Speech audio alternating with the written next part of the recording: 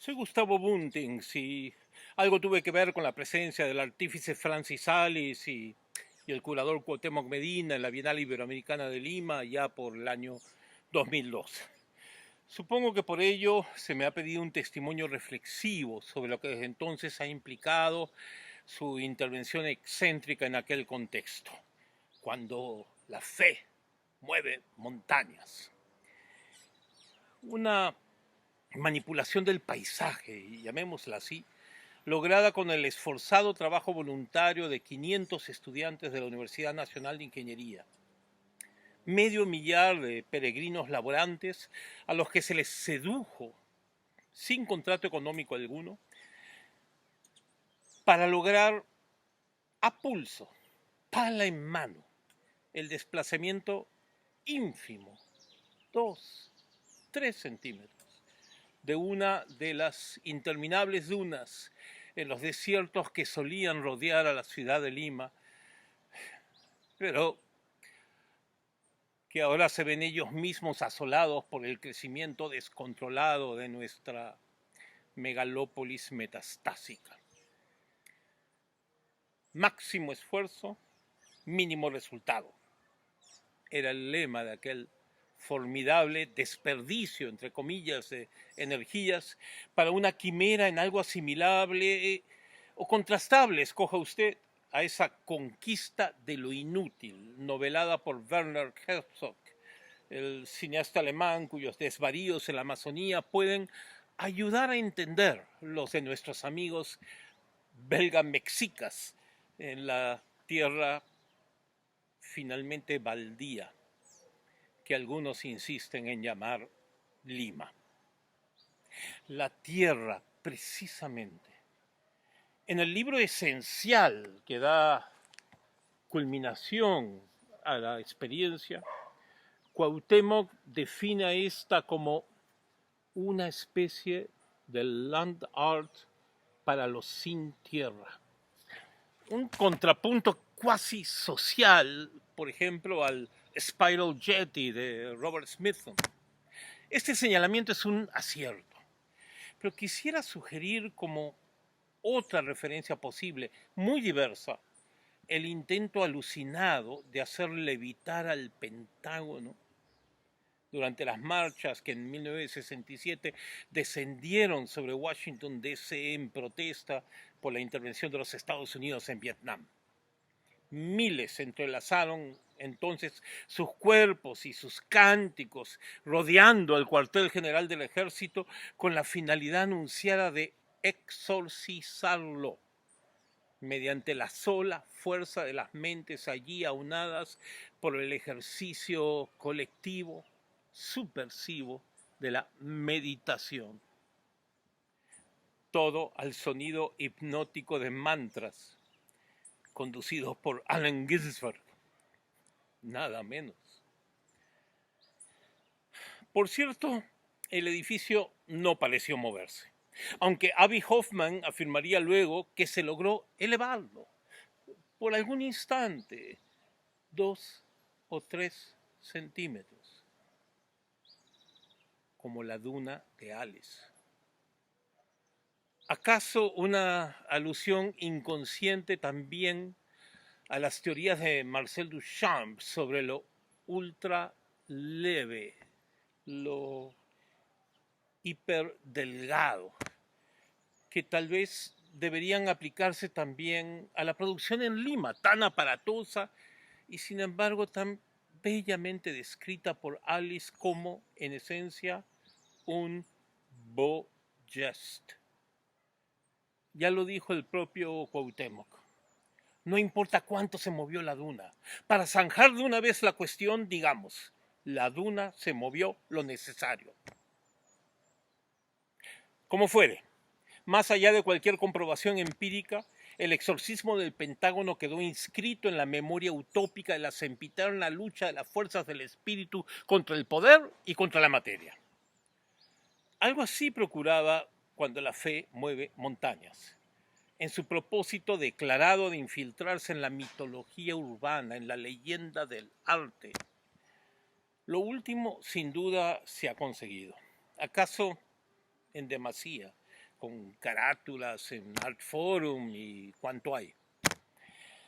Lo primero, sin embargo, su sedimentación en la fantasía popular se encuentra aún en suspenso. Al menos en el Perú, donde pareciera no haber quedado casi huella alguna de este acontecimiento sin duda portentoso. En realidad sospecho que existe una influencia soterrada, no reconocida, en algunas acciones artísticas posteriores, pero esas son ya disquisiciones eruditas y prefiero detenerme en el aspecto aparentemente más inmaterial de todo este tema, su paradójica proyección espiritual, es decir, la salvación del alma inmortal del arte, que radica, como todos sabemos, en sus poéticas.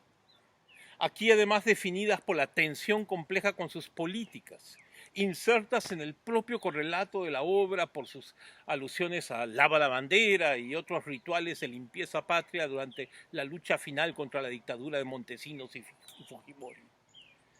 Todo lo cual adquiere otras densidades, sin embargo, por la retorización y el vaciamiento de otros usos de lo político en los últimos tiempos. De allí la importancia del llamado de Gerardo Mosquera en este precioso libro, atender siempre en la obra su condición de metáfora pura y de puro hecho absurdo, en lo fútil de todo y en su gratuidad radicaría su carácter artístico, entre comillas, que es aquí el diferencial crítico radicalmente necesario al distinguir el voluntarismo ético-estético invocado por este proyecto para una finalidad casi esotérica, pero no menos social por ello, del voluntarismo guevarista que en Cuba, cito otra vez a Mosquera, usa la retórica del absurdo para destruir la economía, que equivale, claro, para decirlo con un cierto dejo marxista, a destruir la vida misma, como sucede en todas las sociedades estadólatras. Cuando la fe mueve montañas, nos devuelve el aire al restaurar en nosotros el aura, la ilusión, la esperanza de que el arte pueda constituir un pase propiciatorio de tiempos mejores, como sagazmente ha interpretado Ticio Escobar, pero no desde la ideología, falsa conciencia, decía Marx, sino desde el talante poético y la vocación mágica. Otra vez, son citas de Ticio. Nada de todo esto descarta, pero sí matiza de un modo trascendente ese otro aspecto que el libro denomina lo sublime social o la alegoría social en cuanto la fe mueve montañas. Pero en realidad es lo social mismo lo que allí se revelaba como alegórico. Más extremo aún, la obra puede ser ahora vista 2 décadas después como la puesta en abismo de la propia noción de utopía, en el momento mismo en que esa categoría empezaba a transformarse. Como se transformaba también la ilusión de lo colectivo o lo comunitario. Sin duda, las fotografías decisivas en el libro son aquellas donde sobre el batallón de voluntarios en movimiento, pala en mano, se avisora un horizonte de esteras, anunciando otros, más dramáticos desplazamientos. El avance de la ciudad precaria sobre la naturaleza magnífica en extinción. Había un elemento diferente de lo sublime en el desierto peruviano antes intocado, como lo evidencian tantas obras significativas en la historia del arte nacional.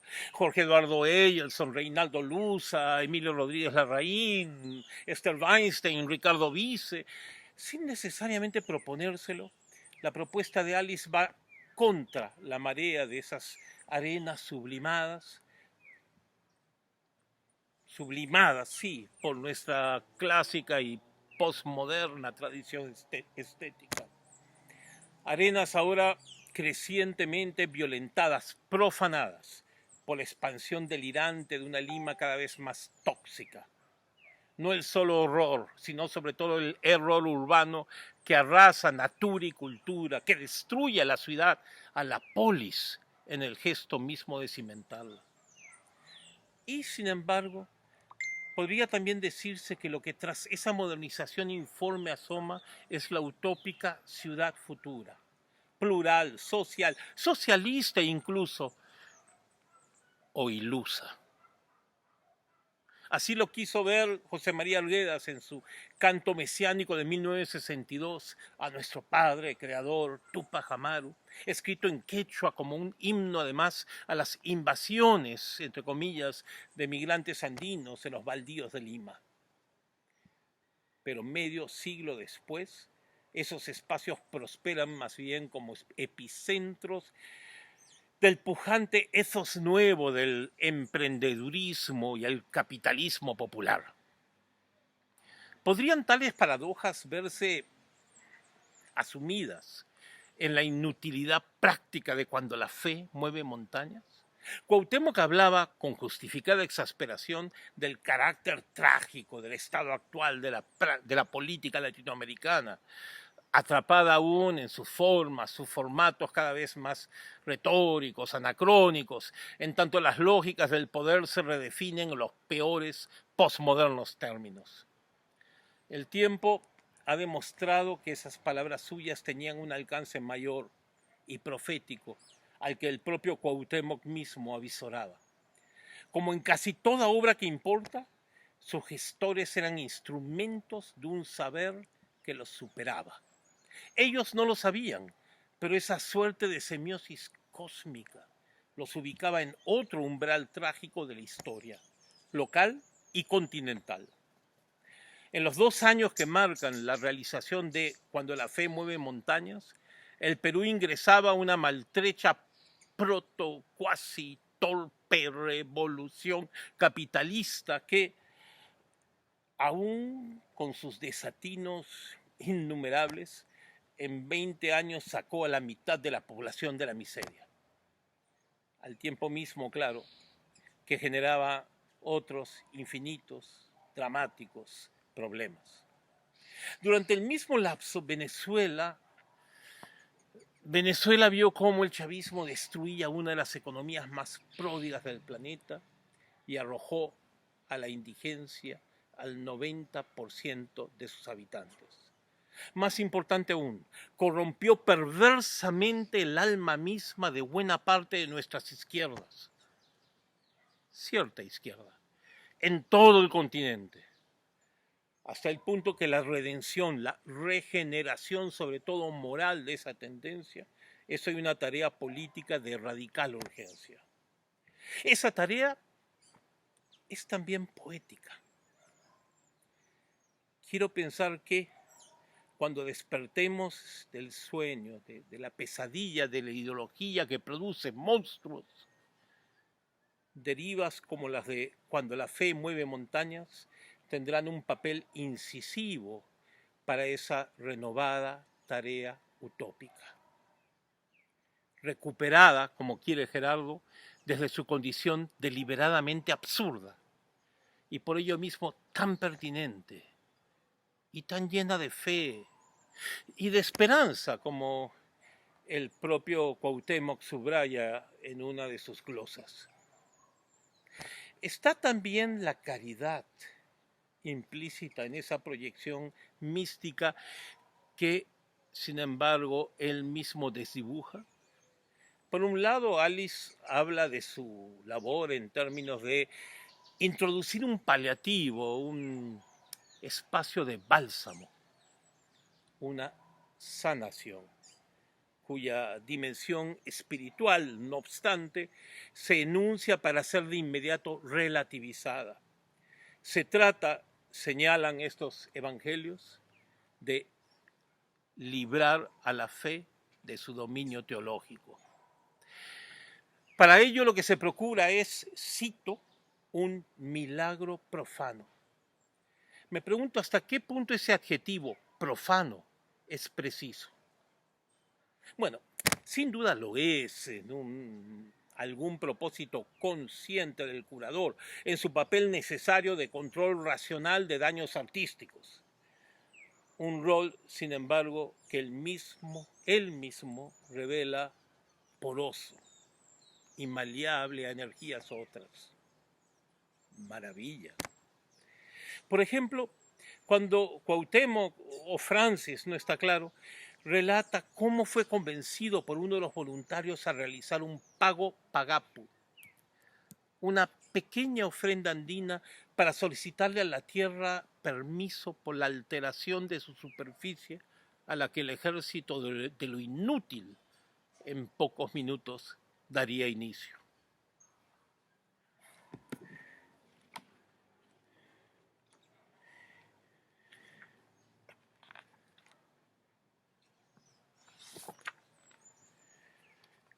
Frente a la línea inmensa del contingente, describe Medina en el libro, enterramos un par de semillas en el polvo. Se trata, claro, de una anotación marginal, pero decisiva, incisiva, también por las asociaciones libérrimas que ella desata. Hemos arado en el mar, escribía Bolívar en su lecho de muerte. Alice ha sembrado en el desierto. Ya es hora que esa semilla florezca.